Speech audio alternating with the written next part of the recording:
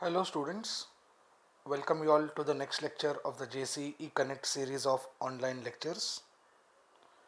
We are into the topic of losses of prestress. Today we will be concluding this topic. Let's go ahead for the next problems. Now, in this problem we have a 10-meter span beam of size 300 by 800. The beam is prestressed by a parabolic cable having an eccentricity of 250 mm at the center, whereas it is concentric at the supports. The area of steel is given as 500 mm square. The wires are stressed by using a jack at left end, so that the initial force in the cable at the right end is 250 kilonewton. So using the following data, we need to calculate total losses of stress, jacking force required at the left end. In the given data, the different losses which have to be accounted for are given. Okay, so now the difference in this problem is the left end is jacked, whereas we have been given the force available at the right end. Okay, so initial prestress which should be applied at the left end has to be calculated and losses have to be calculated. So here in this first step we need to calculate the initial stress at the jacking end, first step. Then second step we need to calculate the losses. So let's go ahead with the solution. So as it is jacked at one end, the angle will be 2 times of the slope. Slope is 4e by L and given eccentricity is 250 mm. So substituting the values, we get the cumulative angle as 0.2. Therefore, using the formula Px is equal to P0 into bracket 1 minus mu alpha plus Kx. Here Px is the farther end at x equal to 10, where we know the initial force is 250. P0 is the initial prestressing force which needs to be applied, that is at the jacking end, we don't know. So by solving this equation, we can get directly the value of P0, which comes out to be 290, which is the initial prestressing force required at the jacking end. So already we got our first one part of the solution. Next, the stress in steel.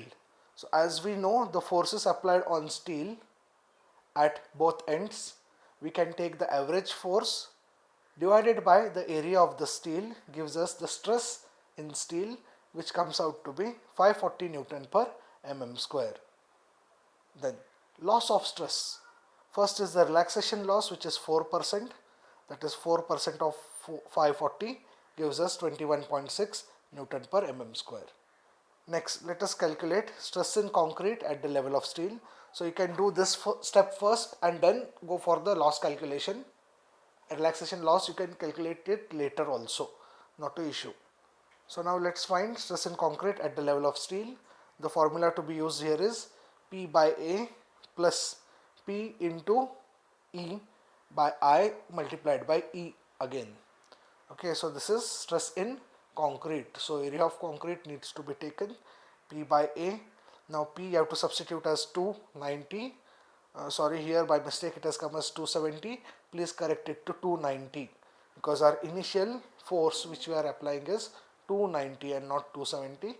So taking it as 290, when you do the calculation, please make this correction. 290 divided by area is 300 by 800 plus P into E is 250. I will get as BD cube by 12, which we get as 1.28 into 10 raised to 10, again multiplied by E, which is 250. Thus we get the stress in concrete at the level of steel as 2.54. So now further things are easy. First is the loss of stress due to creep. The creep coefficient is given, days are given, multiplied by the stress we get the loss. Shrinkage also coefficient is given, multiplied by ES we get the loss. Loss due to slip anchorage delta is given as 3 ES into delta by L, will get the loss due to slip of anchorage. Loss due to friction equal to stress into coefficient of friction which is given.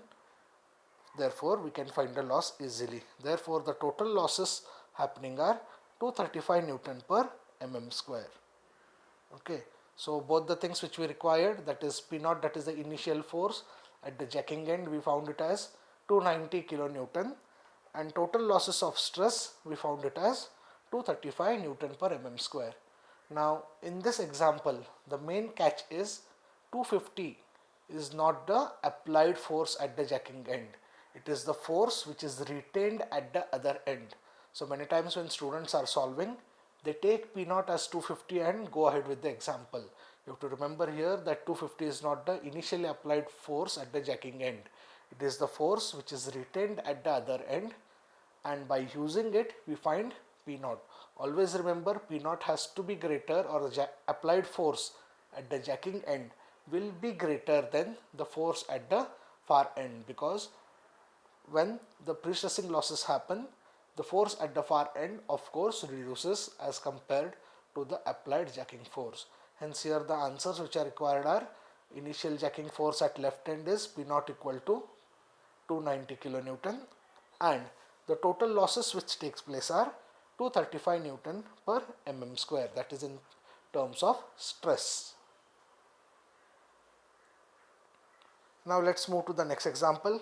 Okay, this is a bit again a catchy example, tricky example, which is practically what happens here when the precasted elements are lifted by using cranes. Okay, many times it has happened that because of the tension which is exerted during the lifting of those elements, they crack.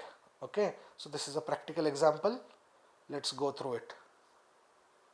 Okay, here we have a concrete pile. Okay, this is the same work which is going at our third gate overbridge.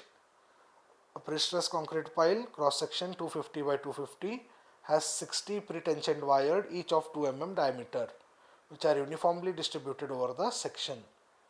The wires are initially tensioned on a pre-stressing bed, okay, with the force of 300 kilonewton.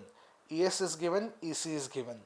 Calculate the respective stresses in steel and concrete immediately after the transfer of pre-stress, assuming that up to this point the only loss is due to elastic shortening. That is, we are just finding initial loss, that too only elastic shortening. Next, if the concrete further undergoes shortening due to shrinkage of 200 into 10 raised to 6 per unit length, while there is a relaxation of 5% of steel stress due to creep, find the greatest tensile stress which can occur in a pile 20 meter long when lifted at 2 points 4 meter apart from each end. Assume the creep coefficient as 1.6.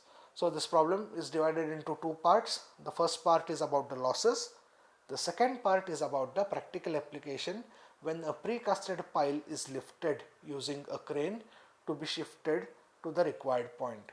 What stresses or what tension will be developed in concrete, we need to find in the second part. So a figure is given, don't calculate exactly. Okay, that's just a representative figure. 250 by 250 mm is the square concrete pile.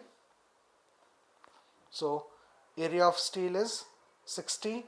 Each wire is of 2 mm diameter. Therefore 60 into pi by 4 into 2 square, which gives us an area of steel as 188.49 mm square. Total force P is given as 300 kilonewton. Therefore initial stress in wires is force upon area. We get it as 1590 Newton per mm square. This is the initial stress in steel. Now calculation of modular ratio, M we get it as 6.56. Next, stress in concrete. Okay, we are taking stress in concrete is force upon area of concrete. Force applied is 300 into 10 raised to 3. Area of concrete is 250 by 250. We get the stress as 4.8. Remember, this is not a beam example. Okay, this is a pile example. Next, loss due to elastic deformation. Okay, that loss we have to consider, which is 6.56, which is the modular ratio, into 4.8, which is the initial stress, we get it as 31.5 Newton per mm square.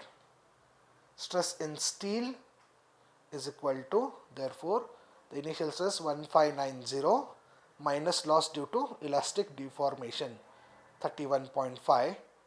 Hence, we get the answer as 1558.5 Newton per mm square. Next, therefore, the force in steel after the loss is equal to the stress multiplied by area of steel, okay, divided by 1000 to convert it to kilonewton, 293.76 kilonewton. Okay, so the applied force was how much? 300. In the first step, what we have done is we have calculated the area of steel, area of concrete, the stress in steel, the stress in concrete, applied only loss due to elastic deformation. We got the loss as 31.5 Newton per mm square. We deducted that loss from the initial stress in steel, and then we found out the total force in steel after the losses, which has come out to be 293.76. Hence initial force was 300. Taking the elastic deformation loss into consideration, that force became 293.76. Therefore, the actual stress in concrete will be 293.76 into 10 raised to 3 divided by area of concrete, which is equal to 4.7 Newton per mm square. So up to here we can say it's the first part, where we are just taking the action of loss due to elastic deformation and finding the stress in concrete. So now let's move to the next part, where we have to take into consideration the other losses. So loss due to creep coefficient is given, which is to be multiplied by stress in concrete at the level of steel into modular ratio. We get it easily. Then loss due to shrinkage, also straightforward formula. Coefficient is given 200 into 10 raised to minus 6, which we have to multiply by the value of modulus of elasticity of steel. Next, relaxation loss is said to be 5% of initial stress, okay, and the stresses of steel. Remember, here losses will be happening in steel, so initial stress of steel has to be taken. Therefore, total losses is equal to 169.2 Newton per mm square. Therefore, the loss of stress in steel, we get it as 200.7. Here this 31.5 is the loss due to elastic deformation. Okay, in the first part we have found, or we have taken only loss due to elastic deformation as per the problem. But in the second part, all the losses have to be taken into consideration, which includes loss due to elastic deformation also. Hence that 31.5 is taken from above. So total losses is loss due to elastic deformation, loss due to creep, loss due to shrinkage, relaxation loss. We get it as 200.7. Therefore, final stress in steel after all losses are considered, 1590 minus 200.7, which comes out to be 1389.3 Newton per mm square.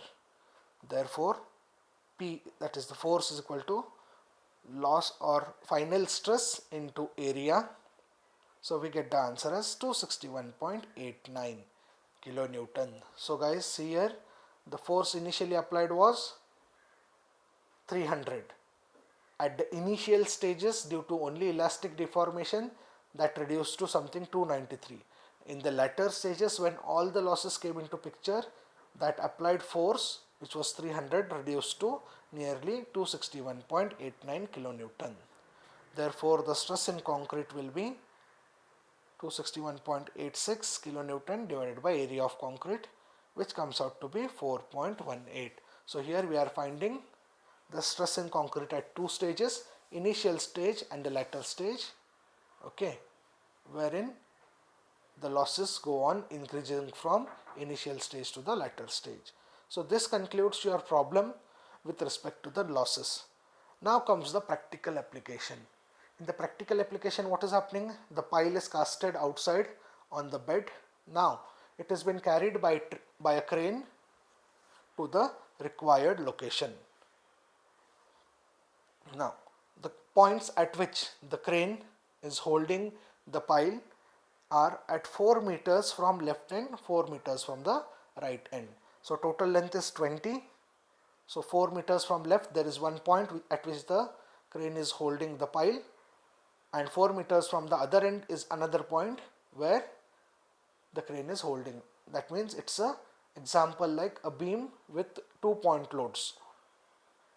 So now let's come to the pile calculation, and with the view of finding the stress which will be induced in concrete. Sulfate of the pile, area of the pile into density, we get the sulfate.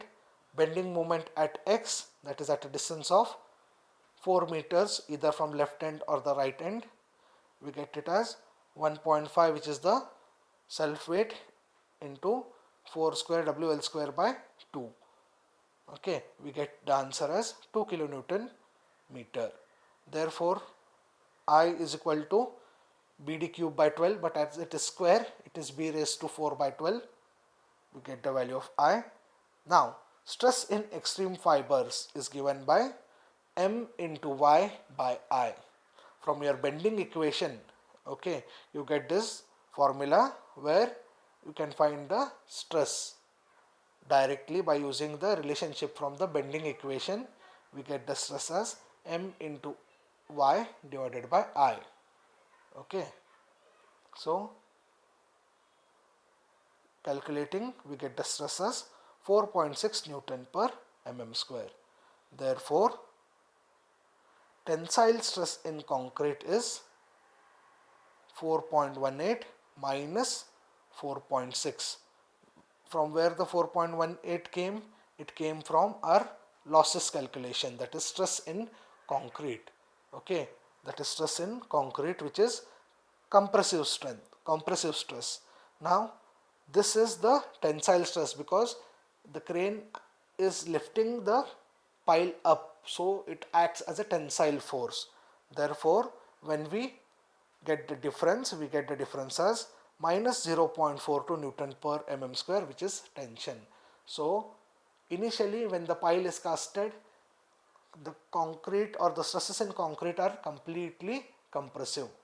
But when that crane lifts that pile, okay, to be taken to the desired location, what happens is that tension gets induced, okay, and the resultant tensile stress is 0.42 Newton per mm square. Now if this crosses beyond the capacity, tension handling capacity of concrete, there is a possibility that the concrete pile might crack even before it is placed at the required position. So this is one more challenge which civil engineers on field handling the PSC elements will face. Okay, many times we have seen that the elements get cracked even before they are being utilized because of the tension induced in them while transporting those elements. Okay, so with this problem we conclude the chapter. We have solved n number of problems. We have solved various problems taking various possibilities. Still you can refer any textbook, solve the examples, and if there are any doubts, please come up with them. So hopefully tomorrow you will finalize this topic in your notes so that from next week we can start with the fresh chapter.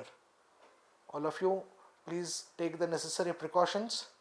I know it's a difficult time, but still as engineers we have to find some solutions. Okay, please cope with the video lectures and be up to date. Thank you.